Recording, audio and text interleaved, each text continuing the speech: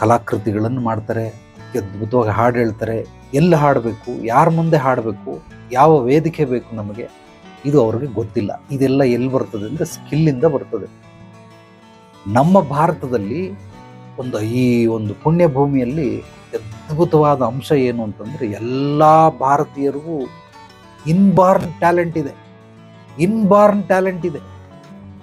ಎಲ್ಲರೂ ಒಂದು ರೀತಿ ಕಲಾವಿದ್ರೆ, ಪ್ರತಿಯೊಬ್ಬರು ಕೂಡ.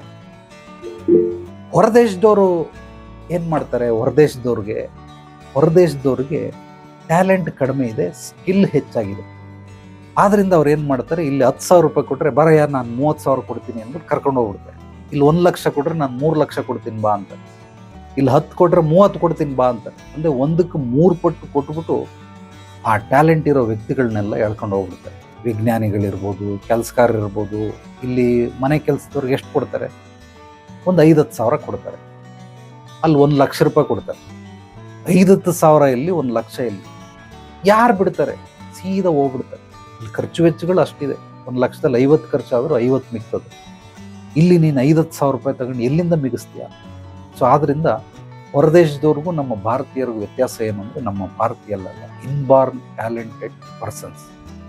ಅವರೆಲ್ಲ ಏನು, ಅವರು ಸ್ಕಿಲ್ ಬಾರ್ನ್ ಟ್ಯಾಲೆಂಟೆಡ್ ಪರ್ಸನ್. ಅವ್ರಿಗೆ ಸ್ಕಿಲ್ ಇದೆ. ಅವ್ರಿಗೆ ಚಿತ್ರ ಬರೆಯೋಕ್ಕೆ ಬರಲಿಲ್ಲ ಅಂದ್ರೂ ಅದನ್ನು ಮಾರೋದಕ್ಕೆ ಚೆನ್ನಾಗಿ ಗೊತ್ತು. ಆದ್ದರಿಂದ ನಮ್ಮ ಭಾರತದಲ್ಲಿ ಕೆಲವೊಬ್ರಿಗೆ ಏನಂದರೆ, ಕೆಲಸ ಮಾಡೋಕ್ಕೆ ಬರೋದಿಲ್ಲ, ಕೆಲಸ ಮಾಡ್ಸೋಕ್ಕೆ ಗೊತ್ತು. ಯಾರ್ಯಾರು ಕೆಲಸ ಮಾಡೋದಿಲ್ಲ, ಕೆಲಸವನ್ನು ಮಾಡಿಸ್ತಾರೆ, ಇವರೆಲ್ಲರೂ ಕೂಡ ಸ್ಕಿಲ್ಫುಲ್ ಪರ್ಸನ್.